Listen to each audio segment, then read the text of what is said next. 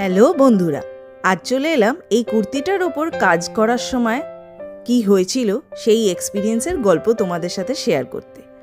কুর্তিটার কোমরের পোর্শনে ভেবেছিলাম half circle করে মান্ডালার আর্ট করব, কিন্তু একা কাজটা করতে পারলাম না।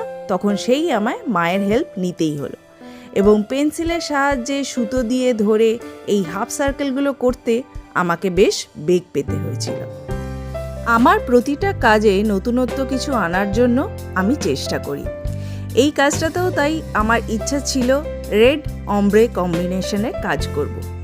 অমব্রে শব্দটা ফ্রেঞ্চ একটা শব্দ, যার মানে হলো শেডেড কালার্স, মেনলি লাইট থেকে ডার্ক শেড। এখানে আমি রেড অমব্রে কালার কম্বিনেশন করতে চেয়েছি।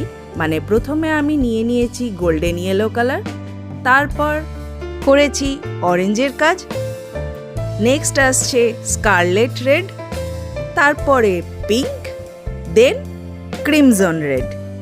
এই কালার কম্বিনেশনগুলো তোমরাও কিন্তু মনে রাখতে পারো।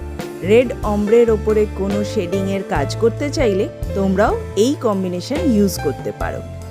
জিনিসটা করার পরে কতটা সুন্দর দেখতে লাগছে সেটা তোমরা ফাইনাল লুকটা দেখলেই বুঝতে পারবে। কুর্তিটার কালার আশা করি বুঝতেই পারছো, এটা হলো প্যাস্টেল অ্যাকোয়া ব্লু শেড, বা আমরা যেটাকে বলে থাকি sea green colour. Sea green colour অবশ্য ভ্যারিয়েশন আছে, এটা লাইট সি গ্রিন কালারও তোমরা বলতে পারো।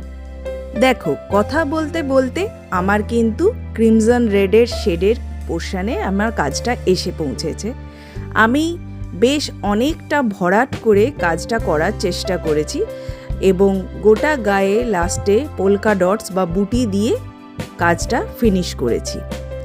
আমি নেক পোর্শনেও আরেকটা হাফ সার্কেল দিয়ে এই সেম কালার কম্বিনেশনে কাজটা করেছি এবং স্লিভসেও সেম কালার কম্বিনেশন ইউজ করার চেষ্টা করেছি।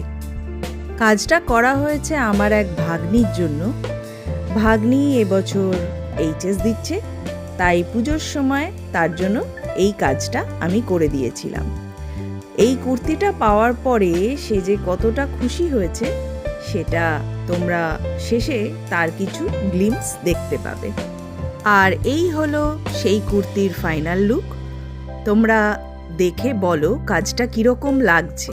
বেশি হেভি কাজ আমিও পছন্দ করি না, আর যার জন্য করা হয়েছে সেও পছন্দ করে না, তাই সিম্পল বাট সুইট। আর এই হলো আমার সেই সুন্দরী ভাগ্নি, ওকে কেমন লাগছে সেটাও কিন্তু তোমরা জানিও। তাহলে এই ভিডিও আজকের মতো এখানেই শেষ করলাম, দেখা হবে পরের ভিডিওতে। টাটা।